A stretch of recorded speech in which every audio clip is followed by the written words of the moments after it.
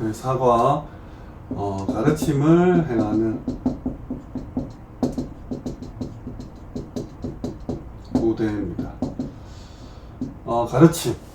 누군가가 나에게 이런 지시도 하고 알려주고 이제 여러 가지 부분들을 이렇게 행할 수 있도록 지도하고 지시하는 거죠. 스승과 제자 관계입니다. 우리 학생들도 지금 학교에서 이렇게 학교에 있는 이제 기존 교과목도 배우고 또 영적인 교육도 받고 또 우리 이제 나가서 여러 가지 활동도 하고 선생님이 이렇게 하세요 라면 우리 학생들은 네 하고 이렇게 따르는 거죠. 가르침을 행하는. 그러면 하나님께서 나에게 뭐라 가르치는가 어떻게 알 수 있습니까? 말씀을 통해서, 성경을 통해서, 또 예배를 통해서 목사님이나 전도사님이 주시는 그 메시지를 통해서 알 수 있죠. 그래서 스승과 제자 관계는 가르침을 베풀고 그 가르침대로 행하고 살아가는 이 관계입니다. 그럼 첫 번째로 오늘 마태복음 7장에 어떤 가르침을 하나님께서 주셨느냐?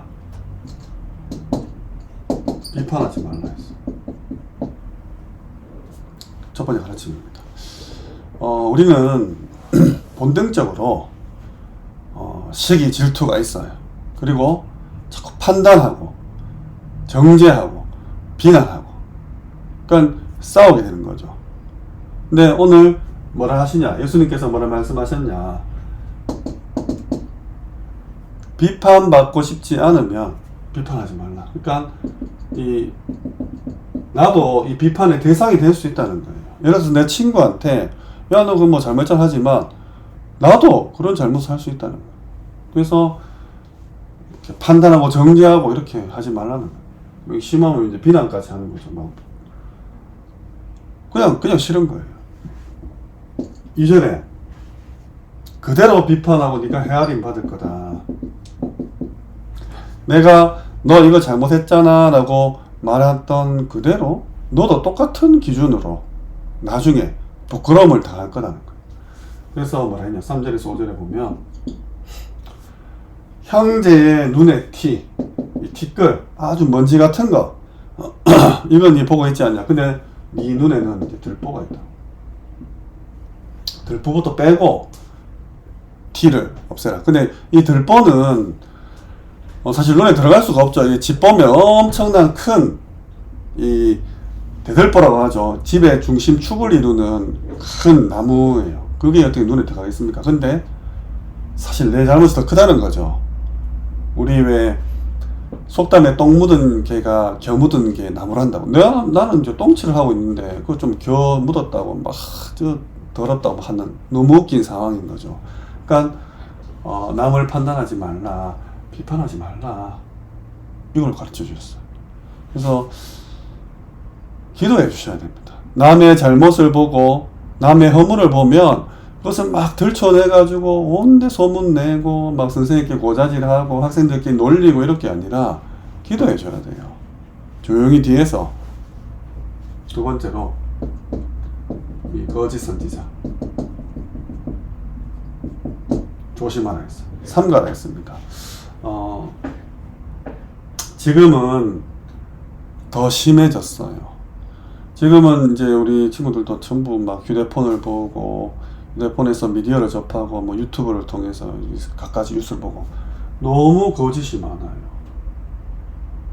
이 조작된 거죠. 이게 사회의 이슈가 될 만큼 사회 문제로 대두될 만큼 정말 심각합니다 라고 방송에서 이야기할 만큼 거짓된 정보들이 너무 많이 넘쳐나요. 그래서 그걸 덥석 믿어버리면 굉장히 손해가 보게 되는 거죠. 영적으로도 육신적으로도 이게 타격이 있고 잘못된 가치관에 들어가게 되는 겁니다. 이를 두고 이제 7장 15절에는 이 양의 옷을 입은 이 노략질하는 일이다. 늑대. 그러니까 순수한 아무것도 모르는 양을 막 괴롭히고 공격하고 막 노략질 잡아먹는 그런 일이다. 조심하는 거예요. 그 정보가 우리를 완전히 집어삼켜버린다. 잘못된 세계관이, 가치관이, 예를 들어서 자꾸 이렇게 미래를 보면 나 성공해야 돼, 나 돈 많이 벌어야 돼, 나 높은 자리에 올라가야 돼, 이게 나도 모르게 이렇게 들어와요.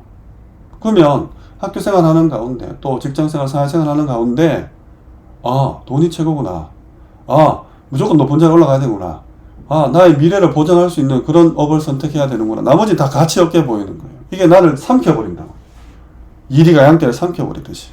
그러면 어릴 때 들어가 버린 것은 고치기 힘들어요. 그래야 된다. 16절 18절. 우리의 열매를 보고 그 나무를 안다 했어요. 좋은 열매를 맺는 좋은 나무죠. 나쁜 열매를 맺는 나쁜 나무죠. 그래서 우리가 이 살아온 그 결과물 보고 우리를 판단하게 되는, 우리가 전도와 선교와 세계복음화를 향해서 달려가고 있다면 나에게 이런 제자들이 계속해서 붙여지겠죠.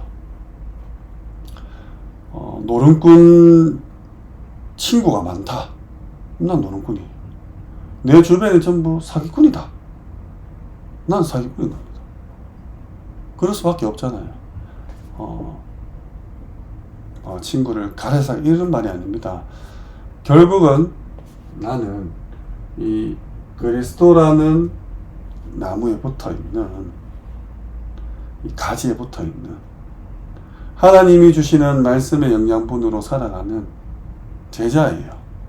그래서 다른 이 세상의 틀린 정보들에 속지 말고 하나님의 말씀을 계속해서 공급받아야 됩니다. 나중에 어떻게 찍혀서 불에 던진다 했어요.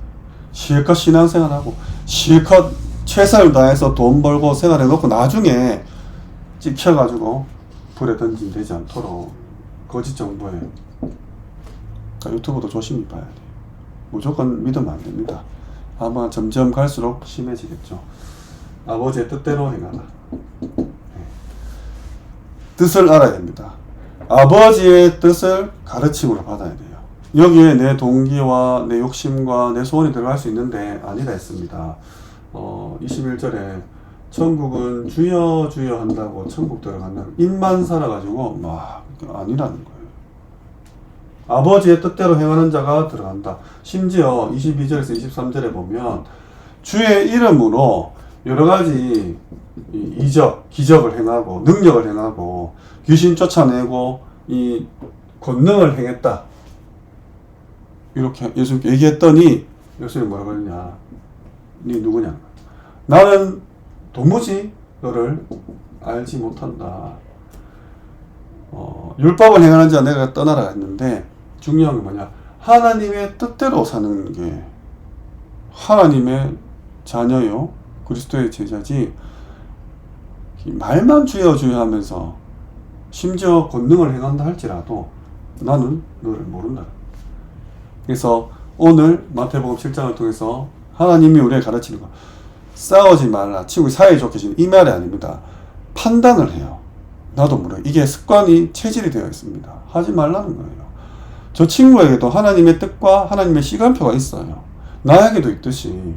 그래서 혹시나 그 뜻에 어긋나서 실수를 하면 판단하지 말고 뒤에서 기도해 줘야 합니다. 그리고 나도 저 친구도 지금 잘못된 이 세계관을, 이게 너무 중요한 시기거든요. 지금 이제 어른이 되면 그래도 사리를 분별하고 좀 세상 돌아가는 물정도 알고 할 수 있지만 어릴 때는 이 들어가면 그냥 각인이 돼버려요. 진짜로. 10년 지났나요? 목사님이 이제 여자 고등학교 선생님과 함께 사역을, 그곳에 선생님과 사역을 하는데 반나이가 35명인데 35명 중에 34명이 동성애를 찬성하는. 근데 거기 주동자가 목사님 딸이라 하면서 막 그 선생님도 교회 다니시는 분이셨는데 충격받았다고 막 저한테 얘기한 적이 있어요. 어릴 때 그래, 인권이 중요해, 남자 여자 성별은 내가 선택할 수 있어, 이 들어가 버린 거예요.